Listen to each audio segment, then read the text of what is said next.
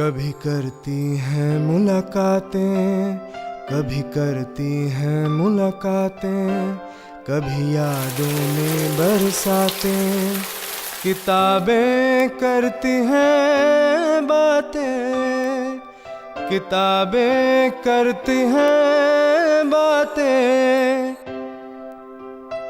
मन की गहरी झील में कूद जाती हैं कभी, सोच के दरिया के संग संग बहती जाती हैं कभी। चाहे शाम हो या हो रातें, किताबें करती हैं बातें।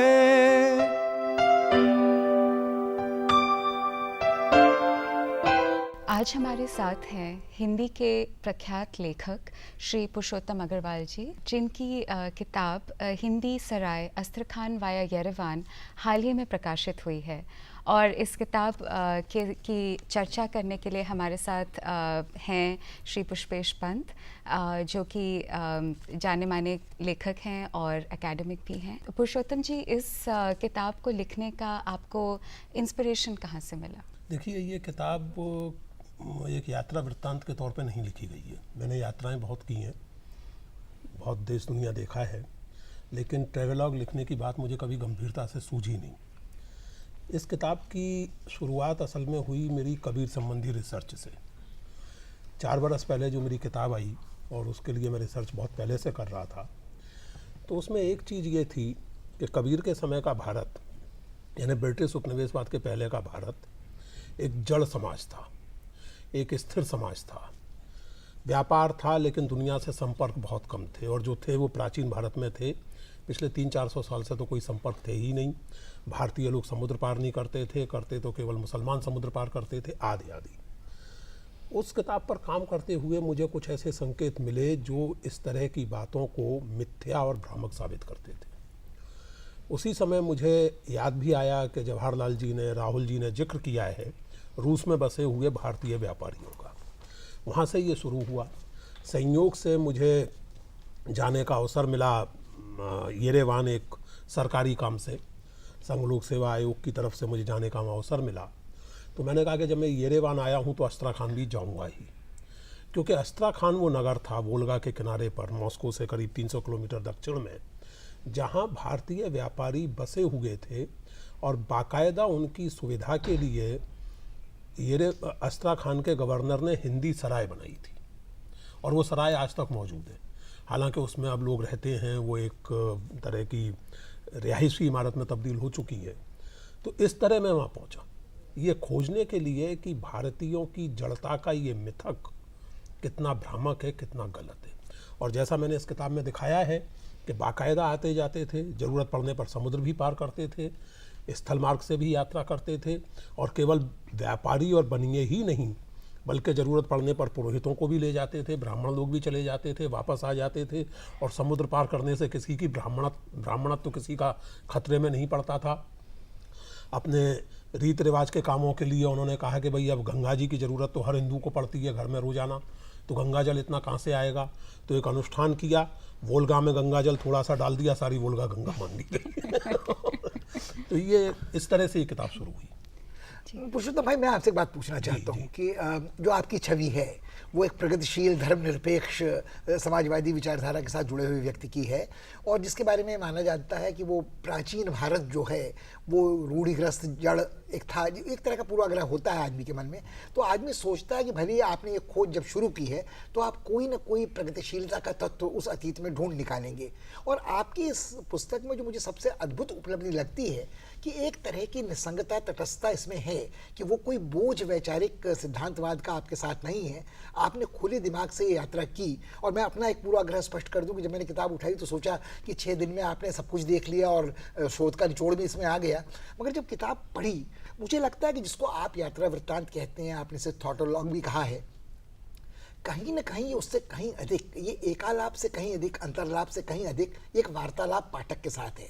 और ये कई स्तरों पर चल रहा है। आप भारत से अर्मीनिया जाते हैं, अस्त्राखान तक पहुंचते हैं, मगर कहीं ना कहीं घर आपके साथ रहता है। जब आप हिंदी सराय में होते हैं तो आपको ग्वालियर के हाथे याद आते हैं। पंत जी, असल में बिल्कुल ठीक आपने कहा। आपकी जो बहुत महत्वपूर्ण बातें जो दो एक आपने कही, मेरी जो छवि है, मैं प्रगतिशील हूँ, जनवादी हूँ, निसंदेह हूँ, लेकिन प्रगतिशीलता और जनवादिता का जो पेटेंट प्रोडक्ट बाजार में उपलब्ध है उससे अलग हूँ।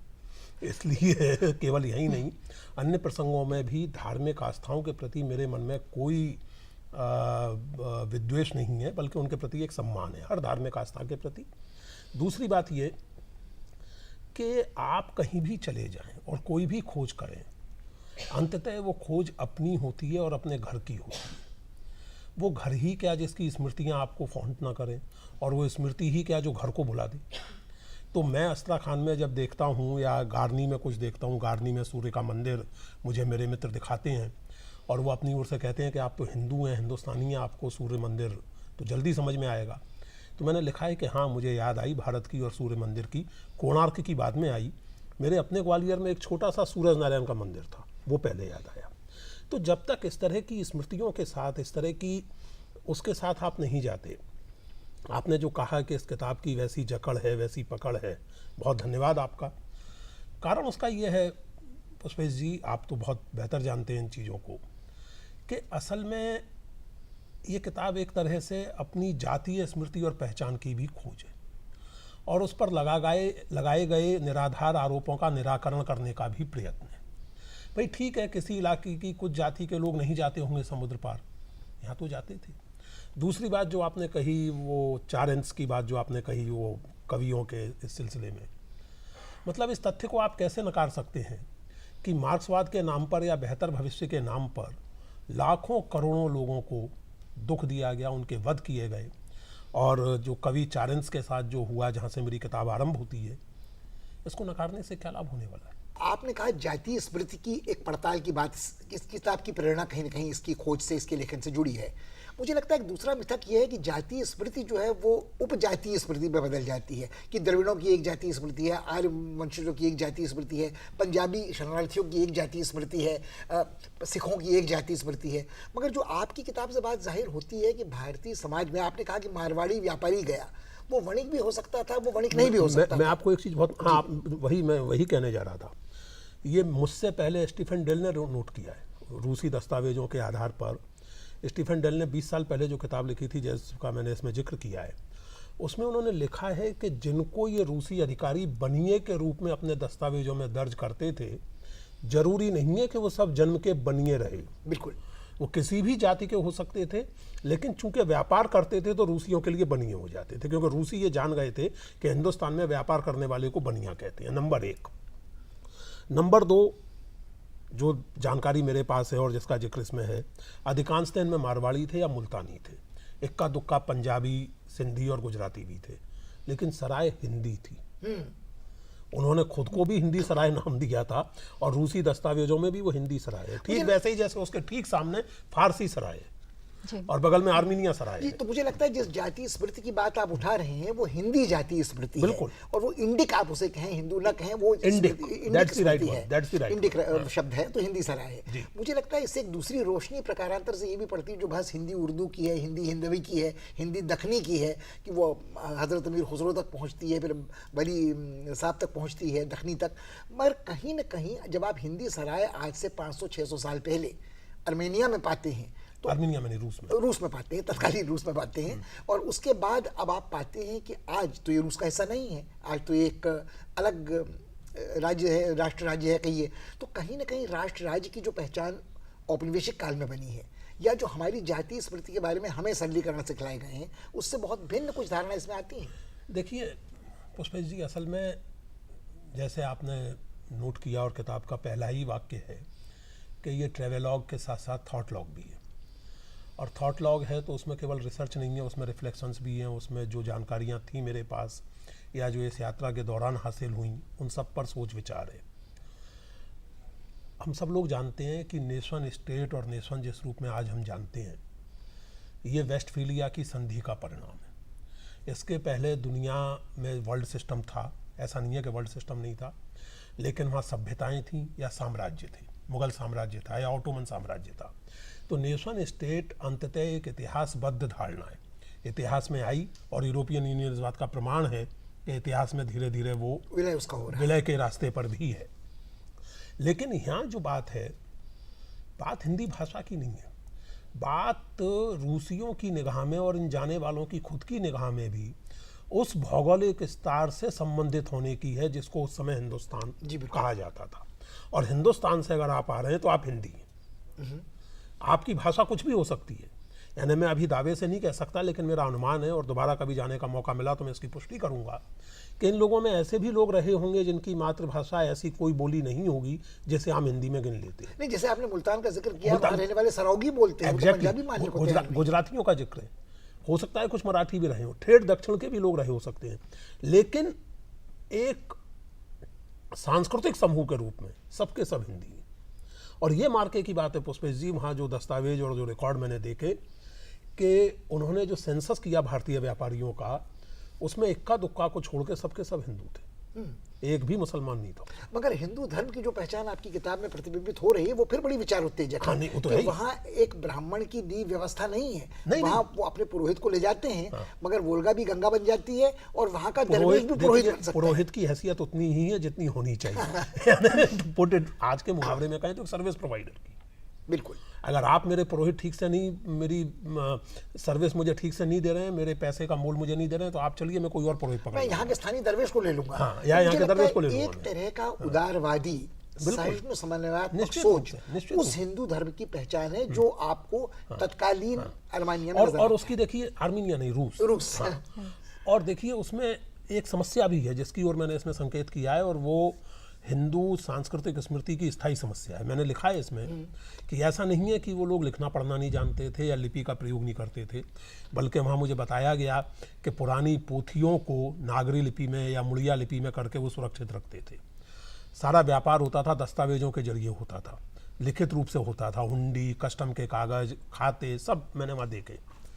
लेकिन ये लोग अपने बारे में कुछ नहीं लिखते थे, यानी जिसको इतिहास कहते हैं, जो अरब जिसके लिए विख्यात हैं, यूरोपियन लोग विख्यात हैं, यानी जो जानकारी आज हमें हिंदी सराय के लोगों के बारे में मिलती है, ये बहुत रोचक है पुष्पेश जी, कि वो जानकारी या तो रूसी दस्तावेजों से मिलती है या फ्रेंच और जर्मन यात्रियों के विवरणों से मिलती है। तो इसका कारण क्या है कि ये अपने बारे में नहीं लिखते थे, पर एक्चुअली में हर चीज के बारे में लिखते थे। दुनिया की और ये देखिए, ये हिंदू परंपरा की विशेषता है। तुलसीदास ने दुनिया की हर चीज के बारे में लिखा है, अपने बारे में कुछ नहीं लिखा है। हम केवल अनुमान करते हैं। कालिदास पर आज तक बहस जारी है कि कश्मीर में जन्म हुआ था या उज्जैन में जन्म हुआ था, उन्होंने कुछ नहीं लिखा।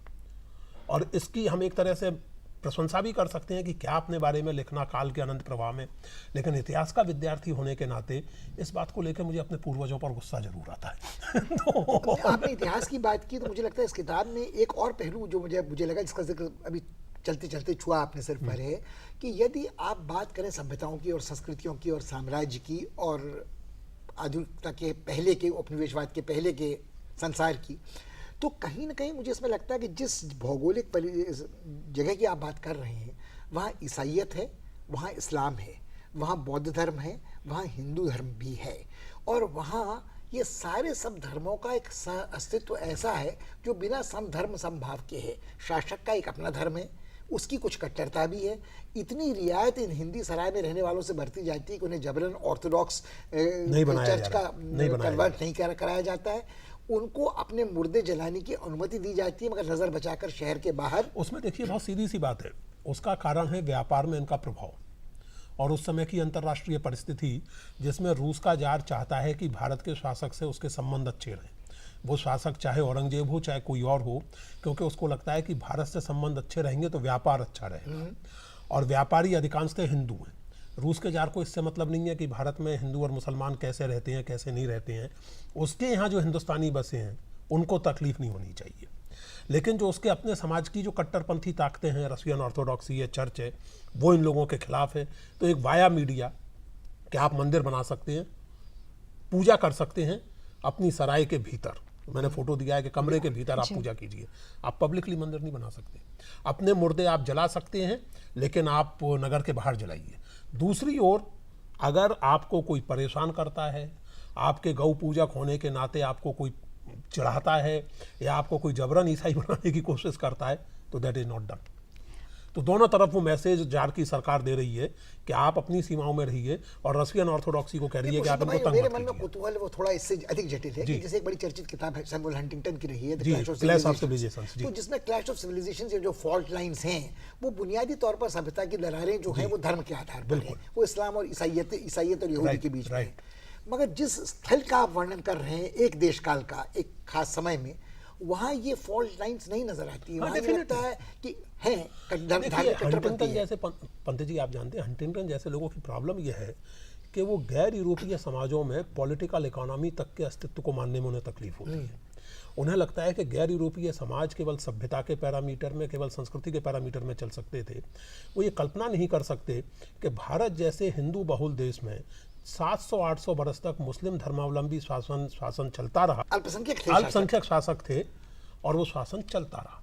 सो there was some system of political management. आप उसे सुलह कुल कहिए, आप उसे टॉलरेंस कहिए, आप उसे जहांदारी कहिए, आप उसे चाहे जो कहिए, लेकिन एक सिस्टम था और वो यूरोपियन लोगों की बुद्धि से प्रभावित होने के पहले से था।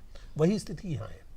मैंने जैसे आपसे कहा कि जार के सामने समस्या ये है कि उसे अपने स्थानीय जनता को भी प्रसन्न रखना है, पादरियों को भी प्रसन्न रखना है, भारतीय व्यापारियों से उसके व्यापार को लाभ हो रहा है, मॉस्को के दरबार तक में, जार के दरबार तक में इन व्यापारियों का प्रभाव है, तो he will try to strike a balance. बड़े रोचक बारेव का जो 12 रूबल से 70,000 रूबल तक वो तो साहब अगर मुझे मिल जाता तो क्या मजा आ जाता। मैं फैंटेसी करता हूँ कभी कभी कि वो 200 साल पहले का वो व्यक्ति 1721 में उसका पहला उल्लेख है, वो किसी से शिकायत करता है कि ये आदमी मेरे 12 रूबल नहीं लौटा रहा है और 1735-36 में उसकी हैसियत 70,000 रूबल की।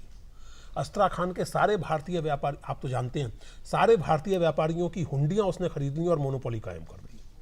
सारे भारतीय व्यापार पे जैसे उसने कब्जा कर लिया है और 3-4 साल बाद वो फिर सड़क पर है, फकीर है, जेल चला गया है। फैसिनेटिंग कैरेक्टर, 20 साल में उसकी ज़िंदगी कहीं से कहीं पहुंच जाती है। ऐसी कई कहानियां मैंने जैसे इसमें लिखा है कि ये ऐसे पात्र हैं जो अपने लिए लेखक तलाश रहे हैं और कोई परवाह नहीं। जी, मेरा एक और पॉइंट था कि एक कॉन्सेप्ट है लॉस्ट इन ट्रांसलेशन। तो आप कहीं जाते हैं तो आप जाहिर सी बात है आप ट्रांसलेशन के माध्यम से ही लोगों से बात कर रहे हैं, तो कभी आपके मन में ये सवाल आया कि how much is lost in translation? या of course something is lost undoubtedly. Swati, ऐसा है कि फैज का एक शेर है, घर से चले थे करके हर एक मामला साफ हम, कहने में उनके सामने बात बदल गई। तो something is lost even in what ever way of communication. बिल्कुल। तो इट्स नॉट जस्ट ट्रांसलेशन। मैं जो कहना चाहता हूँ, मुझे लगातार ये लगता है कि यार कुछ और, तो कहने में उनके सामने बात बदल गई। So to that extent every communication is a loss. आप एक बेसिक डायलॉग अगर कायम हो जाए तो फिर कहीं अंग्रेजी काम चला देती है, कहीं टूटी फूटी हिंदी ही काम चला देती है, कहीं और कोई जुबान काम चला देती है, कहीं एक तीसरा व्यक्ति काम चला देता है। मुझे लगता है कि इस पुस्तक की एक बहुत अद्भुत सफलता ये है कि इसमें भाषा को इतने स्तरों पर इस्तेमाल किया गया है। कहीं वो बोलचाल की, मुहावरे की, अपनी गली मोहल्ले की, अपन ने पहले इसका नाम कब सुना था, या फिर कहीं वो उर्दू की है जहाँ फैज के कुछ शेर या अन्य शेर है, कहीं वो बिल्कुल अज्ञे की हरियाली को हरितिमा कहने वाली भाषा है, कहीं वो बिल्कुल संस्कृत वाली इति अवदत जरस्तुत्र की भाषा है। तो मुझे लगता है कि, और एक बात जो आपने और कहा, मुझे लगता है वो थोड़ी उलझी हुई है। आदमी सिर्फ भाषा से ही संवाद कायम नहीं करता। आप जब यात्रा करते हैं तो एक इमारत आपके सामने होती है, इसमें एक बड़ा बोलता हुआ चित्र है। अंग्रेजी का मुहावरा है कि एक चित्र 1000 शब्दों के बराबर होता है। वैसे कहने को भी शब्द का प्रयोग करना पड़ता है, मगर इनका एक छोटा चित्र है कि आज ये घर खस्ता हाल टूटी दीवार वाला हिंदी सराय में है। एक और चित्र है जिसमें वो मोम बोल रहे हैं और मोमबत्तियों के सामने स्वस्ति वाचन अपने परिवार वालों की कामना का कर रहे हैं। तो मुझे लगता है कि जब आप यात्रा पर होते हैं, परदेश में होते हैं, तो बहुत सारी चीजें आपसे बोलती हैं, पत्थर भी जुबान रखते हैं। और जब आप अपनी किताब में लिखते हैं तो आप किस हद तक उस अवाक को भाषा देते हैं और मुखर करते हैं। मुझे लगता है कि इस पुस्तक की बहुत अद्भुत सफलता इसमें है कि जैसे मुझे एक छोटी पंक्ति, इनका अध्याय जहाँ समाप्त होता है कि 2 उदास हिंदी कवि जब उनको खोज में कुछ नहीं मिला गले लगाने को, तो एक तो बंदी का छंद अंत में है। वो शायद अपने आप में बहुत महान कविता का उदाहरण नहीं है, मगर जिस संदर्भ में आप उसे पढ़ते हैं तो आप उस उदासी का साझा अनायास करते हैं कि आप थके बहुत थे, मार्मिक चित्र आप याद कर रहे हैं। वो असल में अनिल जन्मेजय की पंक्तियां हैं और हम लोग दिन भर भटकते रहे, घूमते रहे, और मैंने लिखा भी अपने आप में मजाक करते हुए कि हम समझ रहे थे कि एयरपोर्ट पे नहीं कोई रिसीव करने आएगा भारतवंशी, तो अस्त्रखान में तो खोजेंगे तो यूँ मिल जाएगा, कोई नहीं मिलाया क्योंकि वो सब अब इतिहास की बातें हो गई हैं। तो दिन भर घूमते रहे। वो तातार बाज़ार वहाँ कहा जाता है कि यहाँ हिंदी लोगों की बस्तियाँ थीं। हिंदी सराय के आसपास का इलाका, वोल्गा के किनारे सब देखा, कहीं कुछ नहीं। अग्रीजान, हिंदियों और रूसियों या तातारों के संयोग से जो संतानें उत्पन्न हुई वो अग्रीजान कहलाते थे, लेकिन इसके बड़े नेगेटिव कनोटेशंस हैं, तो अब अपने आप को कोई अगर हो भी तो अग्रीजान कहना पसंद नहीं करता। तो वो दिन भर की थकान और उदासी जो थी, वो आप वो चित्र याद कर रहे हैं, मुझे सचमुच अच्छा लग रहा है। और उसमें फिर वो अनिल के मुंह से या अनिल की कलम से वो बात निकली कि 2 उदास हिंदी कवि खोज रहे हैं, कोई नहीं मिला। लेकिन फिर अगले दिन जब लाइब्रेरी पहुंचे, आर्काइव्स पहुंचे, स्कॉलर से मिले, तो ऐसा लगा कि जैसे जो लोग अभी नहीं मिले वो इतिहास में जैसे हमसे बात करने के लिए छटपटा रहे हैं, बशर्ते हम बात करने के लिए उत्सुक हों। एक और चीज़ इस पुस्तक में मुझे बड़ी रोचक लगी कि अनायास आपने बीच में कुछ इसमें धुआं छौंक इस तरह का लगाया, ये खाने की चीज़ों का जिक्र हो जाता है कि आपने एक वो पूरी का जिक्र किया है जो खाचा पनीर और पूरी, पनीर से भरी पूरी। फिर आपने जिक्र किया है एक जगह एक उस रोटी का गाथा का जो शहद और अखरोट और खुबानी के गूदे से बनी हुई है, तो रोल सा बना हुआ है। तो ये खाने पीने की चीज़ें जो हैं वो फिर आपको याद दिलाती है कि इस मध्य एशिया के इन इलाकों से किस तरह का संबंध। देखिए, खाने पीने का मामला ऐसा है पुष्पेश जी, और चूंकि आप सामने बैठे हैं तो ये बात ज़रूर मैं कहना चाहता हूँ। मैं मैक्सिको में था 2 महीने के लिए, और वहाँ जब मित्रों को मालूम पड़ा कि मैं कभी ब्रेड और दूध से काम चला लेता हूँ, कभी ऐसे ही पिज्ज़ा कहीं चबा लेता हूँ और सो जाता हूँ, तो लोगों को बड़ी करुणा हुई। और फिर ये हुआ कि उस 2 महीने में लगभग हर दूसरे तीसरे दिन कोई ना कोई मित्र मुझे बुला करके बढ़िया शाकाहारी भोजन करवा देता था। तो एक मित्र ने एक दिन मुझसे पूछा कि यार तुम्हें खाने का काफ़ी शौक है, बड़े शौक से खाती हो, जम के खाती हो, सेहत भी आप देख ही रहे, तो खाना बनाना सीखा क्यों नहीं तुमने? मैंने कहा कि असल में बहुत अच्छा खाने का शौक है मुझे, इसीलिए मैं बनाता नहीं हूँ, क्योंकि मेरा बनाया खाना मेरे गले नहीं उतरता। तो आप दोनों का बहुत धन्यवाद कि आप दोनों यहाँ आए और ये इतनी सुंदर किताब के ऊपर इतनी इंटरेस्टिंग चर्चा करी। सुंदर ही नहीं, विचार होते हैं। जी बहुत बिल्कुल, धन्यवाद, बहुत धन्यवाद आप दोनों का बहुत धन्यवाद।